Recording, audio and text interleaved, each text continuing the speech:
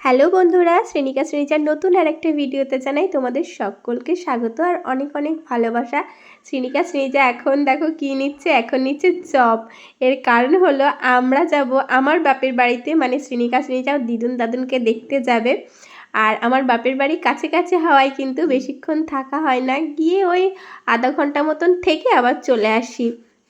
সেই যে ওদেরকে নিয়ে এসছি 1.5 বছর বয়সে, এখন ওদের 2.5 বছর বয়স, কন্টিনিউ একটা বছর কিন্তু আমি আমার বাপের বাড়িতে গিয়ে ওই 2-3 বার গেছি।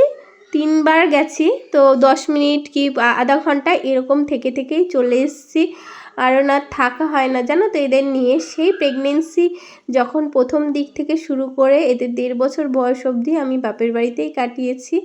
যারা আমার পুরনো ভিডিওগুলো দেখতে তারা জানবে যে শ্রেণিকা শ্রেণীজার প্রথম ভিডিও কিন্তু এখান থেকেই শুরু হয়েছিল। আর এখানে আসা মাত্রই নজর গেছে আমার খেলনাগুলোর দিকে। এই খেলনাগুলোর বয়স জানো তো কত হবে? তো আমার 5-6 বছর বয়সের, কি তার থেকেও ছোট বয়সের, তো 20 বছর বয়স তো এই খেলনাগুলোর হবেই হবে।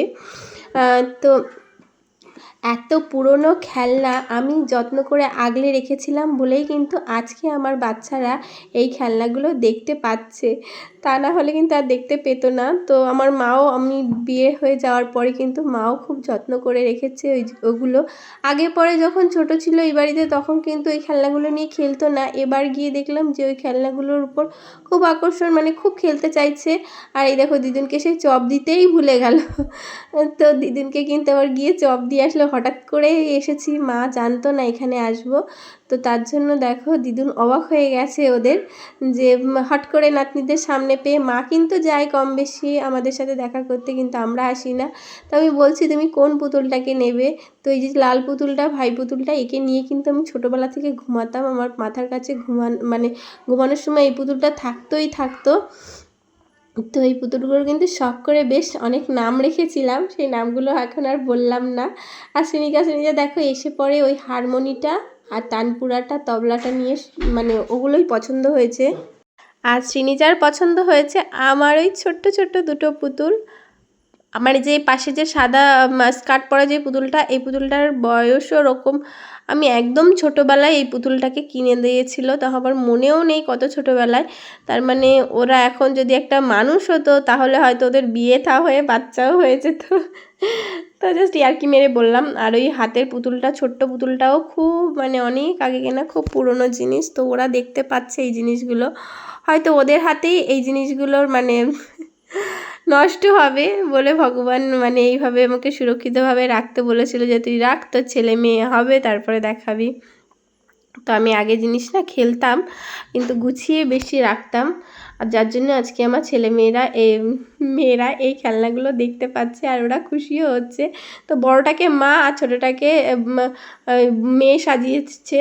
আর এই দেখো শ্রীনিজা কিন্তু যেতেই চাইছিল না। আমি বলছি কি চলো মা, খাওয়ার টাইম হয়ে গেছে, তো বাড়িতে চলো, আবার বাড়ি গিয়ে খাওয়াতে হবে। আমি জানোই তো আমি কোথাও গেলে এই সমস্যা, যাওয়ানোর আগে মানে খাওয়ানো কি এসে খাওয়ানো, এরকম একটা চাপ থাকে। তো যাই হোক শ্রীনিজাকে বললাম তাহলে নিয়ে চলো ওগুলোকে। আর দেখো আমার ব্যাগের মধ্যে ঢুকিয়ে নিয়ে ওরা এখন রেডি হচ্ছে।